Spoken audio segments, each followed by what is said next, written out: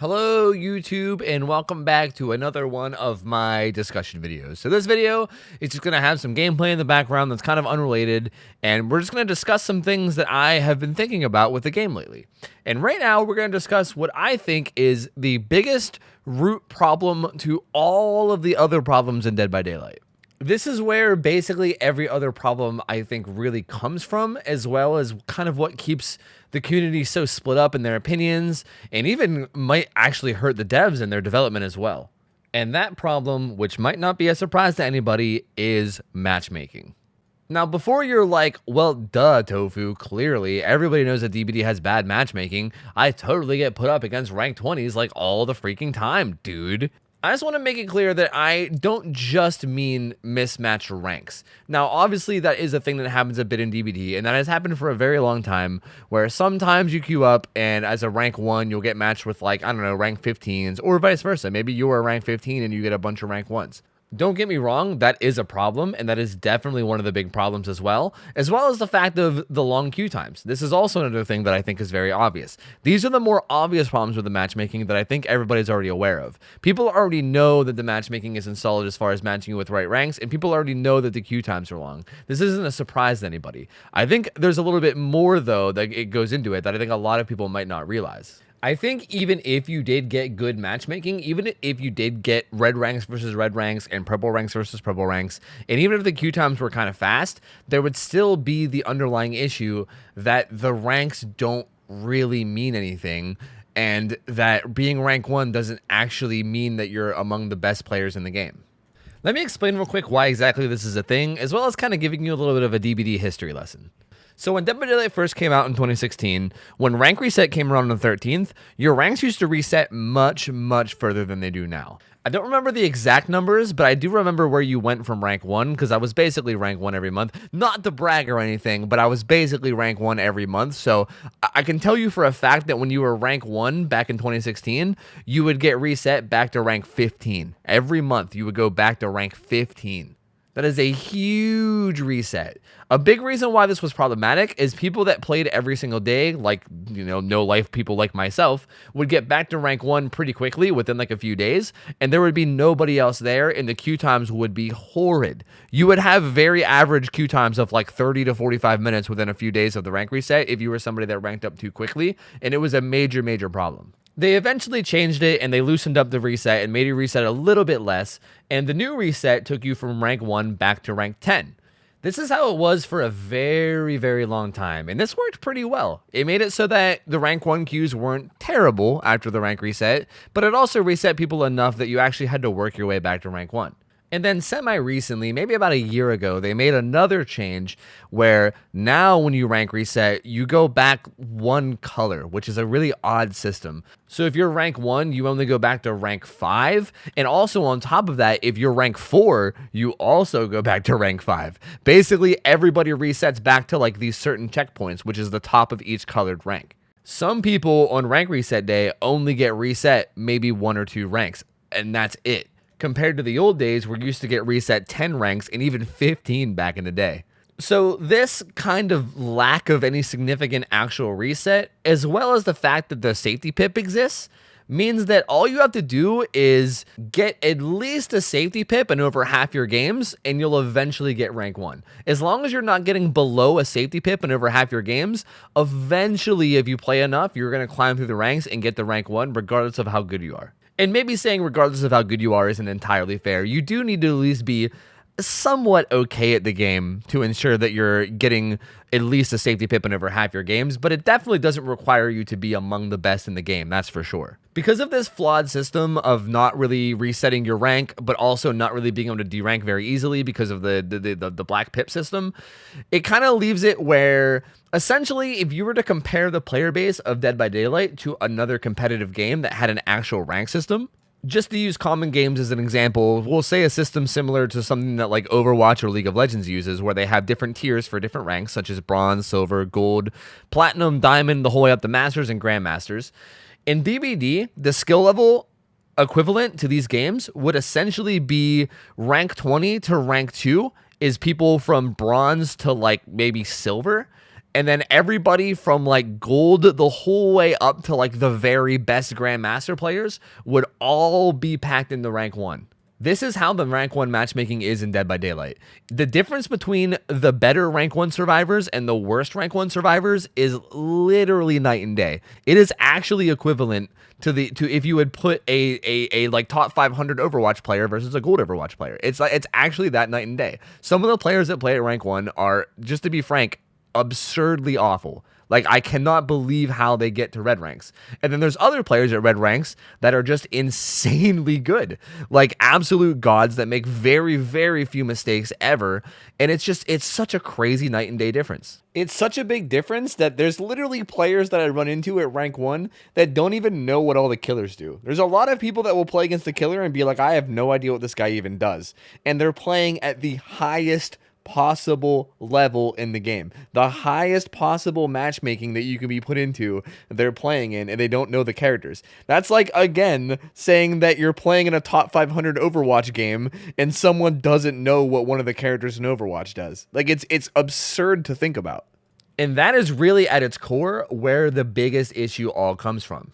Because now you have people who, if we're going to keep referring back to the old rank system of other games, you have people who would be around a gold player who are put into a matchmaking pool of gold to grandmaster, and the majority of their games, they're probably getting players that are better than them, and then they think the game is impossible, and but they can't D-rank because the safety pip exists, so they still safety pip a lot of the time, and they still stay red ranks, but they're just getting creamed in almost all their matches because they're not actually good enough to be at the very, very highest rank. They're just an average player. This is why you hear so many like completely opposite arguments. You hear some people saying, oh my god, killer is impossible. They just rush the gens and there's nothing you can do. And then you hear other people saying, oh my god, survivor is impossible. Killers are so oppressive and there's nothing you can do.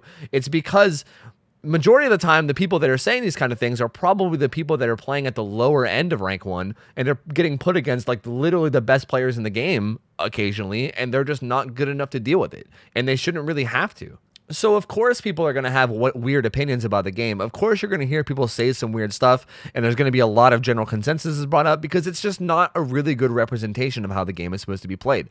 Again, imagine if in League of Legends, you had a bunch of gold players going up against a bunch of challenger players, or same thing with Overwatch. Like, it would be absurd. You would never know what was actually strong, what was actually weak. You would never know which complaints are valid. You would never really be able to tell what is actually going on with the game because it is nowhere near balanced. On top of all this as well, this is also really concerning to me because I know that the devs make a lot of changes to the game based off statistics. Basically, everything they do, they seem to consult their statistics and see what their stats say as far as what killers are powerful, what perks are powerful, what add-ons are powerful. Everything seems to come back to stats. But again, it really makes me question how reliable can these stats be when the matchmaking is so poor?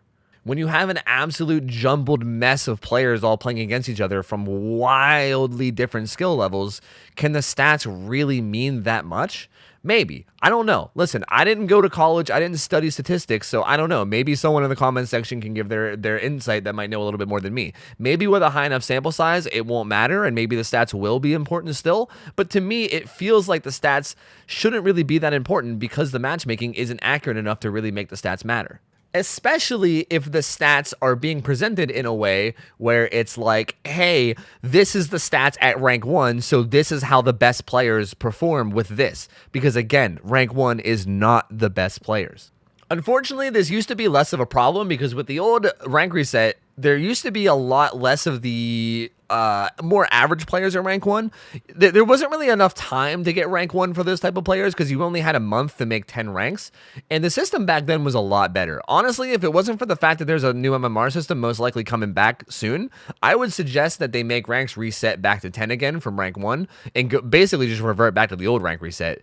Although that's not an actual suggestion from this video because they have announced the MMR system. They implemented it. They kind of took it out, but I'm pretty sure they're probably working on it and bringing it back, so that's more than likely going to change. All the matchmaking is more than likely going to change. I think they're already working on it on the back end, so it's kind of already in the midst of being solved. But honestly, this video isn't really, the purpose of this video isn't really to like give a solution as much as I want to more just direct you guys to the actual issues, because I see so many people arguing and fighting over things that don't matter. Like arguing different sides, and you know, I see people yelling about gens needing to take longer, and people yelling about, you know, killers needing to be nerfed and this, that, and everything else.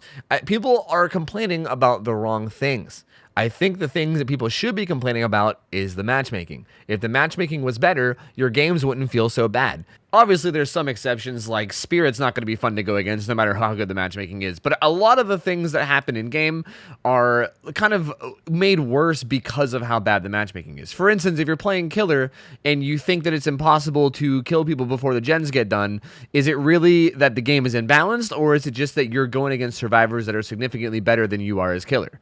And the same thing with Survivor. As Survivor, a lot of times people will complain about being tunneled and stuff, and don't get me wrong, tunneling does happen, but a lot of the time, it's because of things like your teammates will unhook you and then crouch walk away and leave the killer no choice but to chase you because they can't find the person that unhooked. A lot of the problems that people complain about, a lot of the issues that people have that makes their games unfun, boils back to the bad matchmaking. Even though it might not seem like it at face value. At face value, it might just seem like, oh, this is just how the game is, and like blah, blah, blah needs changed. It's the matchmaking. The matchmaking is definitely the problem. So just to make one last comment before I wrap this video up, because I feel like I've already said basically all there is to say, I just want to say that when it comes to fixing matchmaking, I also think it could be problematic if you flip it too much the other way. And I know this is going to sound like, holy shit, Tofu, is there no pleasing you? But, you know, there is. It's just difficult, okay? Okay, it's difficult. But I think if you make the matchmaking too strict, hypothetically, if behavior was to release the MMR system, and it was going to be really, really accurate to the point where people that are playing at the very highest level are actually only getting placed up against other people that play at the very highest level, that might make the game kind of miserable in the other way, where every game is going to feel like a sweat fest, and that might actually be bad in the other way. Truthfully, I don't want the matchmaking to be perfect. I think if the matchmaking was perfect, that might be a bad thing in itself too. I just want the matchmaking to be a little bit better than it is. Right now, it feels like the matchmaking is at like maybe like a 2 out of 10, and if they could bump it up to maybe like a 5 out of 10, I'd be happy, all right? It doesn't even need to be good. It just needs to be at least remotely decent, and then I'll be happy with it. Anyway, that's going to be it for this video. I just wanted to get these thoughts out there because they've been running around in my head like crazy, and I just wanted to get them out there and get them out to you guys to listen to and maybe give your thoughts on. If you guys have any thoughts on this, if you think I'm a complete idiot, if you disagree with everything, feel free to leave a comment. Let me know what you think. Just don't be an asshole. As long as you're not an asshole, I'll read it. I'll take it into consideration. I might even have a discussion with you. So feel free to leave a comment down below about what you think.